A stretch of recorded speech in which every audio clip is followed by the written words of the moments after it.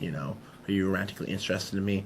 I have never ever seen that, and the reason why is because, and this is what I've told people, like me and my wife,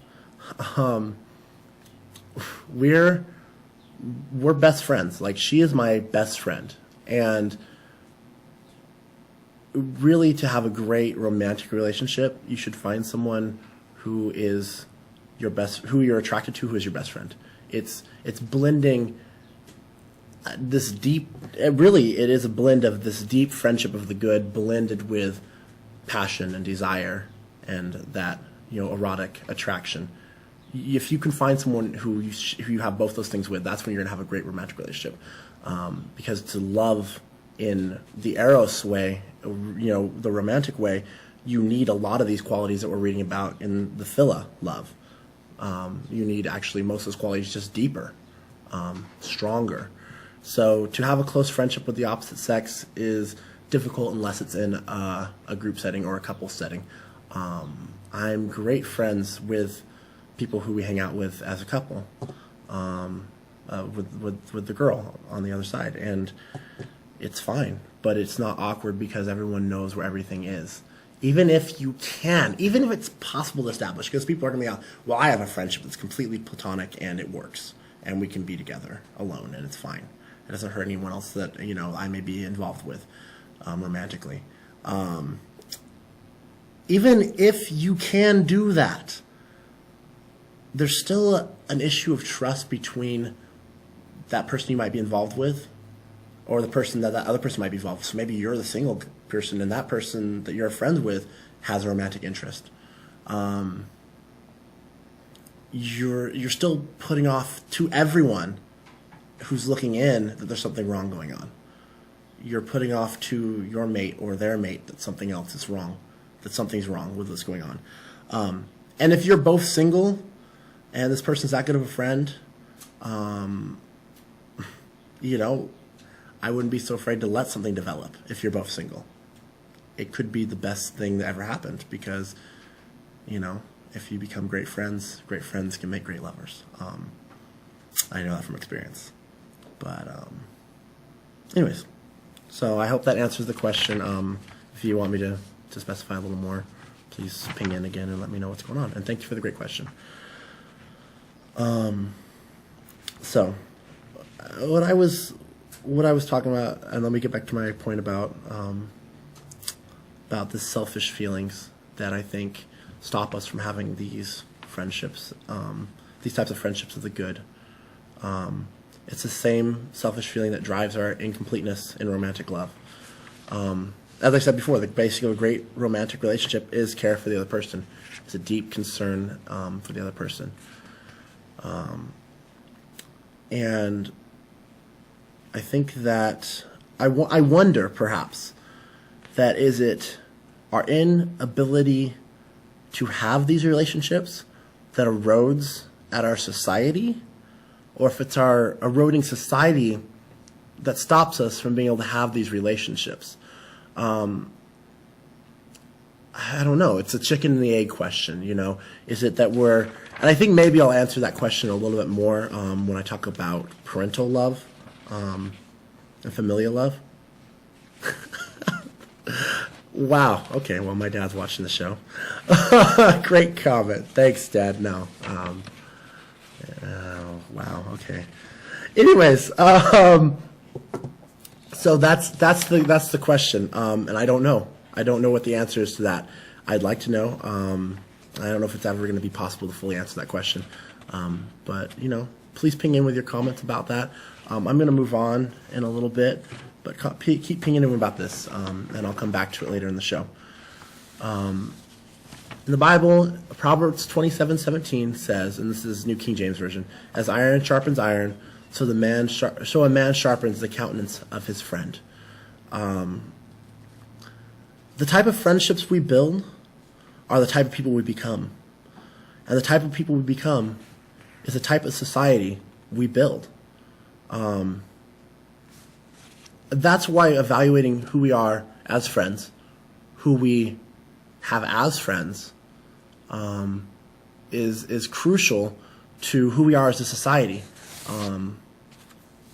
again, I go back to Aristotle talking about, Phila even relating to tribal connection, country connection.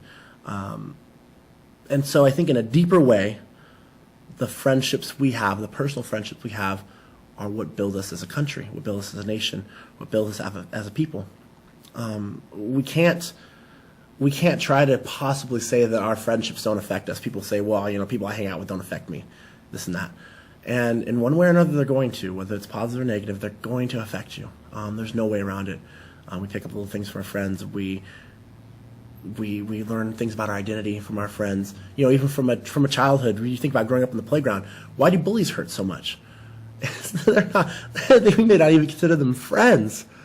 But yet what people do to us and say to us and how people perceive us affects our identity. And again, society is about identity. It's about where you fit in society, about figuring out where you fit in society. And if you don't know that, then society doesn't know who it is. The whole system doesn't figure out who it is.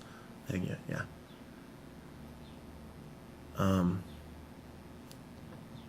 What do you do with friends that do not sharpen you? Is it loving to tell them their weakness, or more loving to accept them and love them and let God work on them? That's a good question. I think that friends, above all else, are honest with each other. I think there's a way to be honest in love. I think you can tell someone, hey, what's going on, tell them what's going on in their life. If I have a good friend and they don't tell me what's going on in my life that I'm doing wrong, they're not a good friend. I want to know what's going on because I want them to tell me. And if they're not sharpening you, sometimes sharpening them is going to help them learn to sharpen you. And yes, I would tell your friends what's going on, and it's by talking about not sharpening or their weaknesses. I guess my question is to you is, are you talking about their problems, or are we looking for a perfect friend that always, does the right thing? Because you're never going to find that. You're never going to find someone who perfectly sharpens you, because everyone has problems. So the key is to, as a friend, help each other with our weaknesses. But if they see you as judging them, I think you have a duty as a friend to tell them what's going on, what you see. But, you don't have to belabor the point. If they think you're judging them, then it is between them and God. The Bible, if you're a Christian, it sounds like you are, the Bible has very specific instructions on how you should go about that.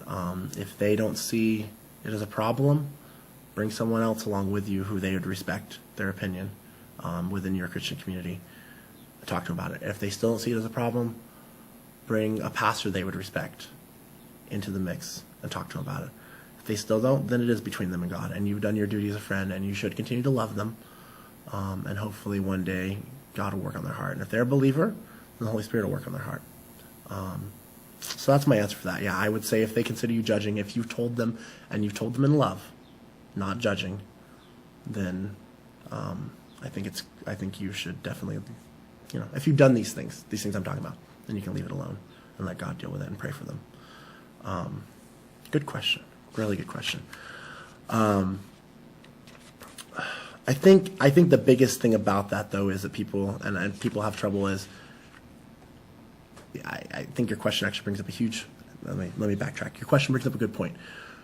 Because of the way we see friendships now, because we have very few friendships of the good, these good, strong friendships that really do sharpen each other, because we have so few of them, when you try to bring in positive criticism, constructive criticism, or try to make someone aware of something that they're doing that's really hurting other people, they see it as judging, because we don't know how else to perceive it, because we don't know what real friendship is sometimes, because our society has thrown it backwards, just in the way I was talking about throwing it backwards in romantic love. And if you missed that, you can go watch it. I've been posting videos.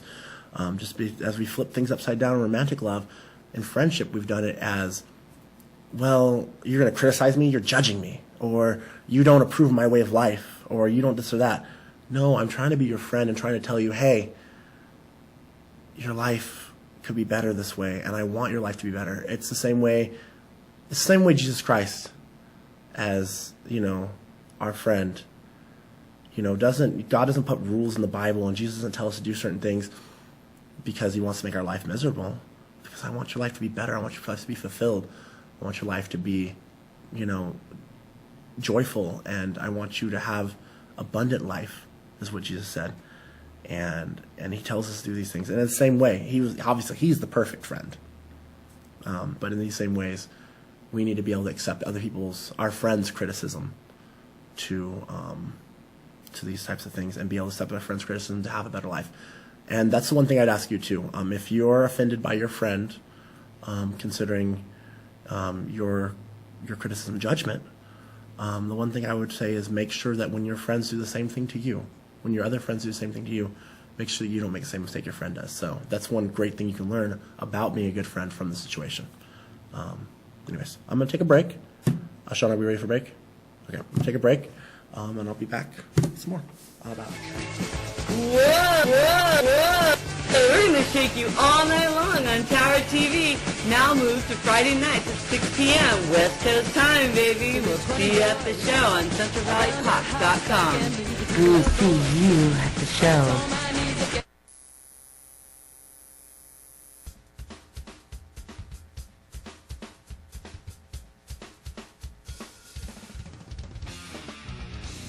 Hi.